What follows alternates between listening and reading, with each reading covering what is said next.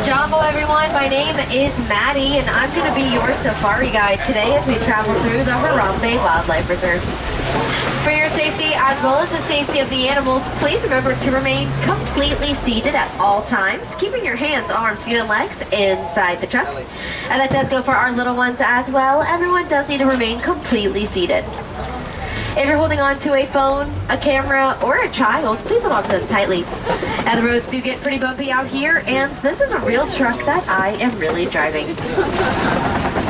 Now our journey does begin in the Little Aturi Forest. The animals that live here are very shy and timid in nature, and they rely heavily on camouflage for survival. Over on the right-hand side, there's an okapi.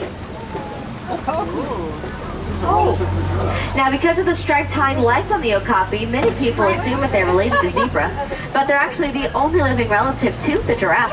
And we know that based off of their similarities in bone structure, as well as how they have the same long, prehensile tongue that they use to eat with. And the okapi's tongue is so long that they're actually able to lick their own eyeballs. Oh my goodness. Which is very important to know. I appreciate that today.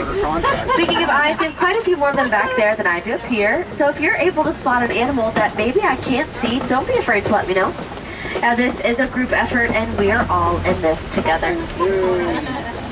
Now the animals of the forest do like hanging out behind bushes and trees, which can make them very difficult to find. And it also means that they really rely on the thick vegetation of the forest.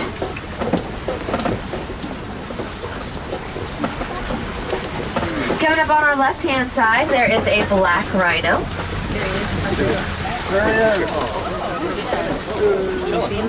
And black rhinos are very solitary animals. They like to keep to themselves. And they're going to weigh around 3,000 pounds when they're full grown. Now in 2015, there were said to be only about 5,000 black rhinos left in the world. But due to conservation efforts from people like me and you, their numbers have since doubled, which is a huge win for the black rhino. It just goes to show that we're capable of doing incredible things for these animals when we work together. Over on the right-hand side, there are a few bongo. Both male and female bongo will grow horns, but we can tell that those are female bongo because of their bright coat colors. That explains it. Now, a great way we can help protect the animals of the forest is by recycling our paper products when we're through with them. If you guys look over on the left-hand side, there are a few greater kudu.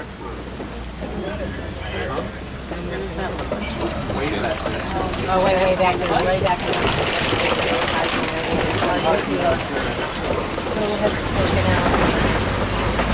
Now, as we leave the forest behind us and head out into the Safi River Valley, I want to point out those animal spotting guides you have above your heads.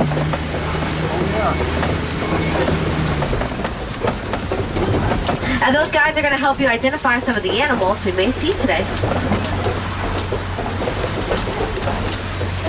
Coming up on our right-hand side, there are some pink-backed pelicans. Oh, there's a hippo, too. There is a hippo to the right. That's right. Oh, wow. They get their name from a pink color that will appear on their backs and on their beaks during mating season, almost as if they were blushing. They are colonial nesters, meaning they like to stay together in large groups, which can sometimes be up to 500 pelicans. So a pelican's supposed to die. On our left-hand side, there's a bloat of hippos.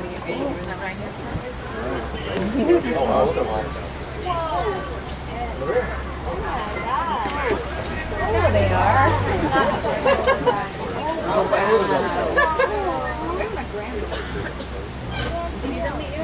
Now hippos do spend most of their days completely submerged in the water. They can hold their breath for several minutes at a time. Now hippos don't swim in the water, but what they do is sink themselves down to the bottom and they walk along those riverbeds.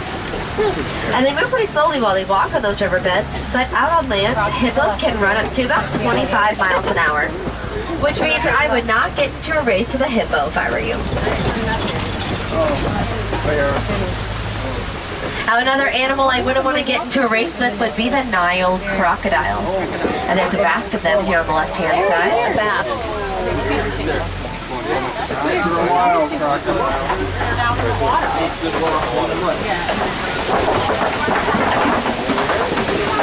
They're happy.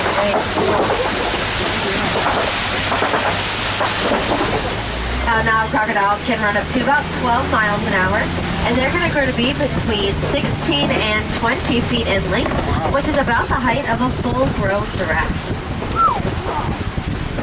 Now they are also going to weigh around 500 pounds when they are full grown, and with jaws that are powerful enough to crush bone, they are very easily able to eat half of their body weight in a single sitting. Now that is enough food to keep them full for up to 2 weeks at a time. Yep.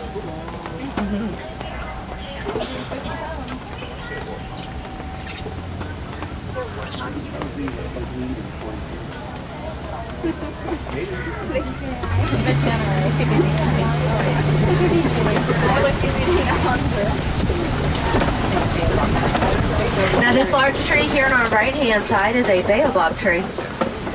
Now it does look like it's upside down with its roots sticking up, but that's just because they remain leafless about 9 months out of the year. Now they are able to survive through long periods of drought by storing thousands of gallons of water in their trunks. And that makes them very beneficial for animals who live out on the Savannah, which is where we're headed into next.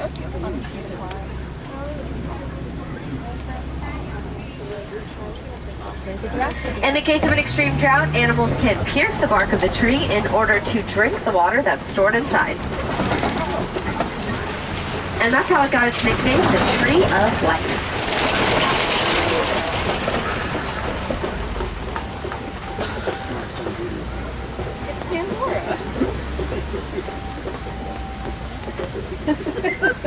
Oh no.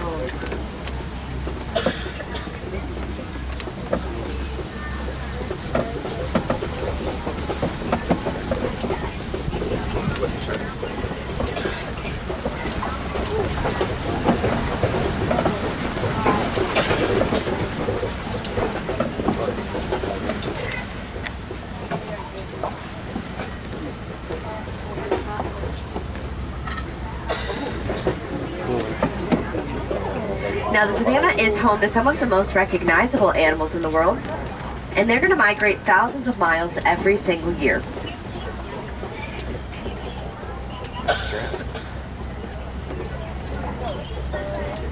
Coming up on our right hand side, there is a tower of Maasai giraffe. And we're also going to be coming up on some Ankole cattle on the right hand side.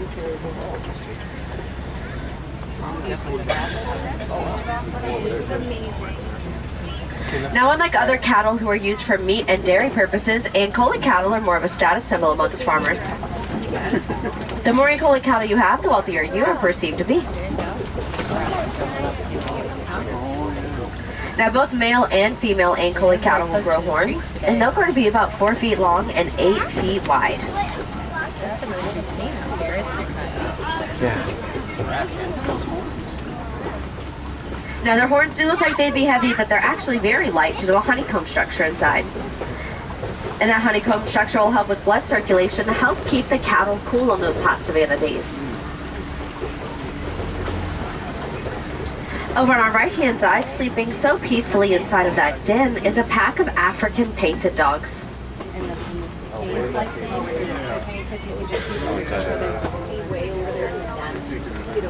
Now these guys are so very cute, but also some of Africa's most successful predators. And that's due to their high levels of endurance and intelligence. Now these guys can run up to 35 miles an hour and keep that speed for up to 3 miles at a time. Look at how close he's coming. Coming to make friends.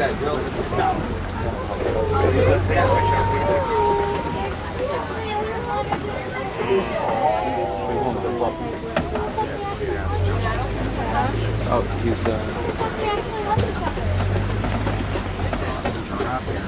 Now there's a giraffe.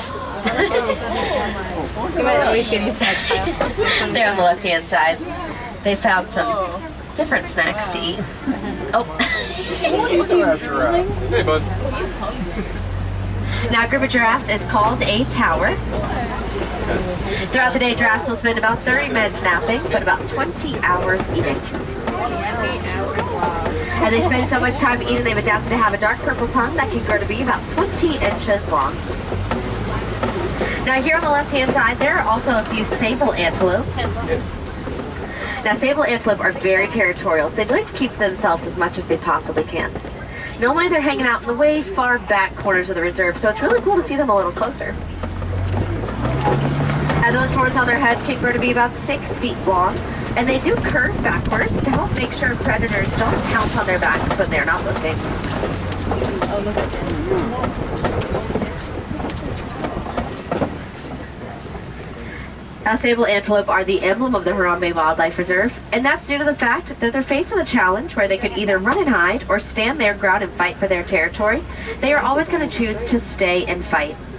And that's just like we choose to fight every day for the animals here on the reserve and other animals all around the world. Now here comes another giraffe over on the right-hand side. Let's see that tongue. There it is.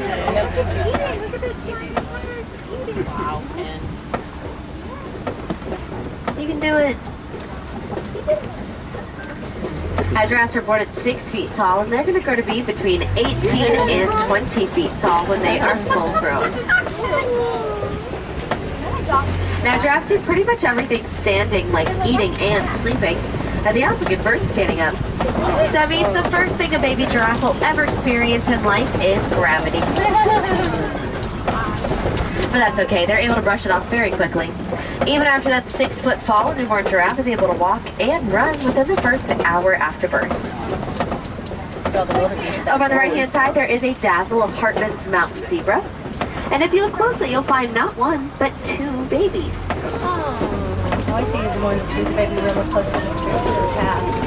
There's one back with his mama. Look, the baby. Now we can tell that these are Hartman's mountain zebra because their stripes don't wrap all the way around their bellies. Oh, okay. They will grow to be about 5 feet tall at the shoulder. There's also a wildebeest living their best life in the dirt. It's like ground school.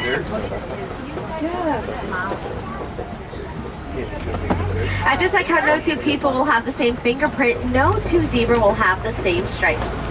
And that's actually how a baby zebra will identify their mother based off of her unique stripe pattern. Looks like they're a little unsure about being wet.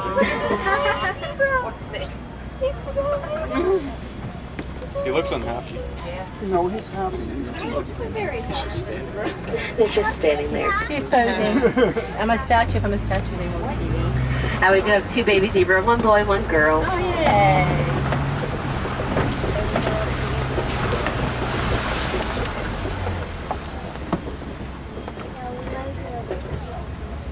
Now, Hartman's mountain zebra are the only variety of zebra to have an extra flap of skin on their necks called a dewlap. Now, kind of similar to the function of the horns on the Ankole cattle, dewlaps will help with blood circulation to help keep zebra cool.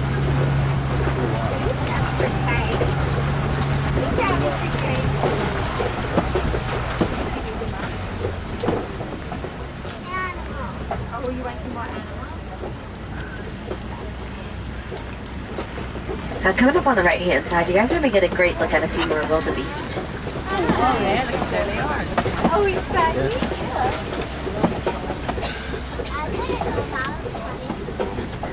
They're bad. They killed me twice. Who's gonna win here? Now, wildebeest are very herd-oriented animals, so they do like to stay together in large groups.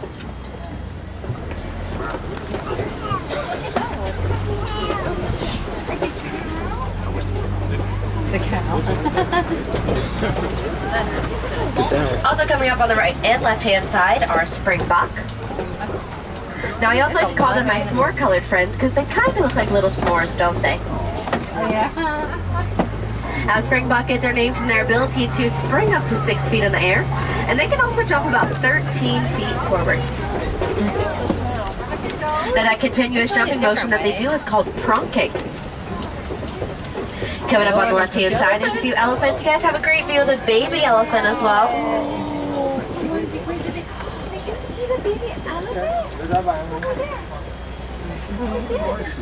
She just made 8 months old. Now we might even be able to get another view of her up ahead.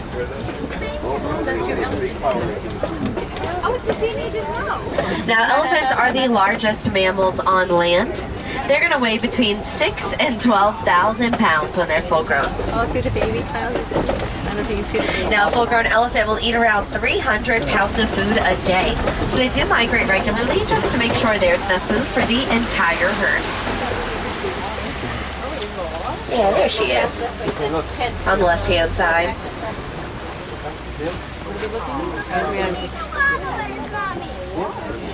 Now, elephants do have the longest pregnancy for any mammal at 22 months. After that nearly 2-year pregnancy, they're going to give birth to a 300-pound baby. Also here on our left-hand side, a flamboyance of greater flamingos. And there's even a few baby flamingos. They're the gray ones you can see.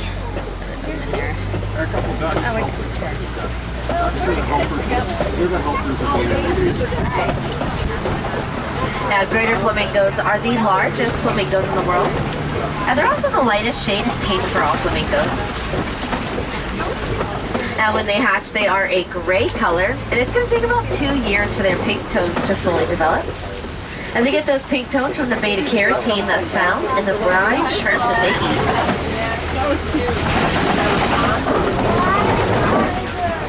Now, up ahead on our left-hand side, there's a crash of white rhinos. Good safari. Today's a good safari. Now, white rhinos are the largest rhinos in the world. They're going to weigh around 6,000 pounds when they're full grown.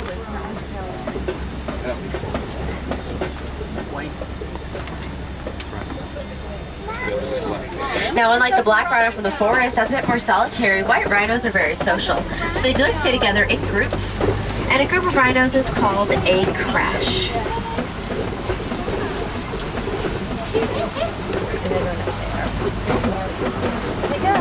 Over here. Yeah. Rhinos have very poor eyesight, but where they lack in eyesight, they do make up for with their incredible hearing and amazing sense of smell.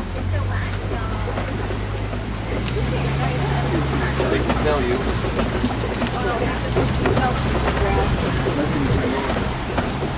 Also, here on our left-hand side, you might be able to spot a cheetah or two. Oh, she's grooming her sister. How sweet. There's actually 3 cheetahs here. 2 are grooming each other. There's also another one laying down in the bottom left corner. Now, a group of cheetahs is called a coalition, and they are able to go from 0 to 60 miles an hour in about 3 seconds flat, and they can hold that 60-mile-an-hour sprint for about the length of 2 football fields.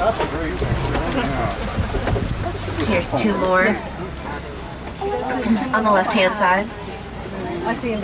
Now, cheetahs are the only type of cats to have non-retractable claws, and that means their claws will always stay out to better help them grip the ground while they run at those high speeds. And that's kind of like how athletes will wear cleats. And this rock formation here on our left-hand side is called Kobe Rocks.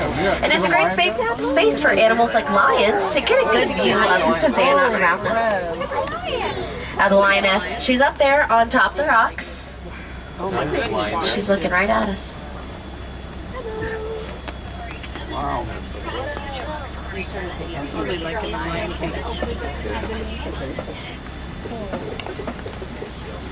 Now, lions do sleep about 20 hours a day. And they're most active at night, which is when they do most of their hunting, because that's when they can see the best. You guys are so lucky today.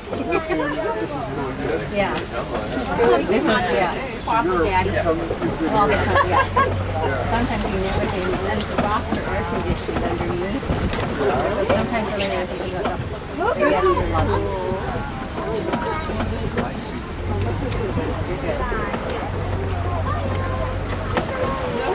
Are we going to lay down here? He looks like Santa.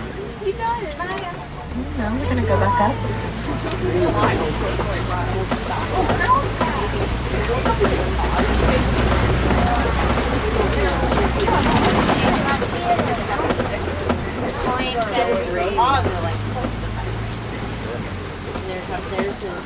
And there's the buddy up top.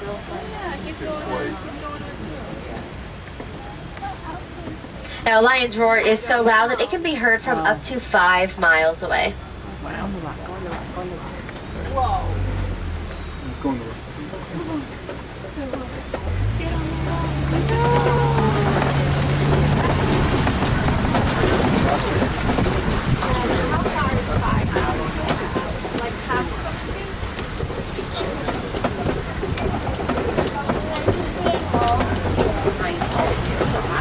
Now, there is another rhino hanging out over on our right-hand side.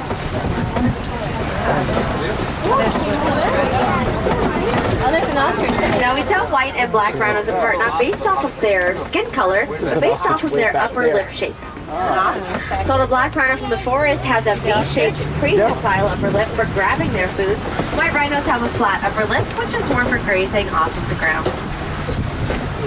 And you guys look down on the right-hand side, you'll see some ostrich eggs in the grass. I can tell. Now, I'm not too sure where the ostriches are, but they're somewhere around here. Ostriches are the largest birds in the world who lay the largest eggs in the world. Now, just one ostrich egg is the equivalent of 2 dozen chicken eggs, and they're going to weigh around 3 pounds each. Their eggs are also so strong that we can stand on them without cracking them.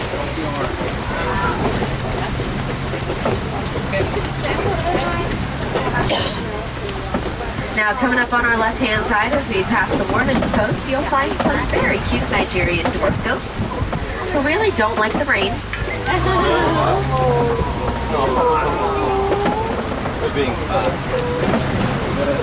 Now, they are mostly domesticated by farmers, and they serve a few purposes. Farmers can drink their milk as well as sell it to make money.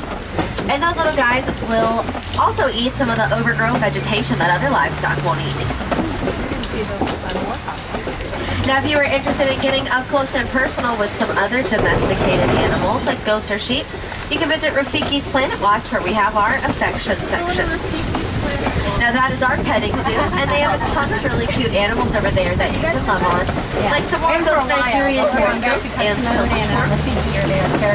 You can also participate in the animation experience, where you can learn how to draw some of your favorite Disney animals. Now, for any of my wilderness explorers on board looking to get your safari badges for today's adventure, the name of the truck that you've been riding on is the Simba 1. And that's SIMBA1, just like the lion.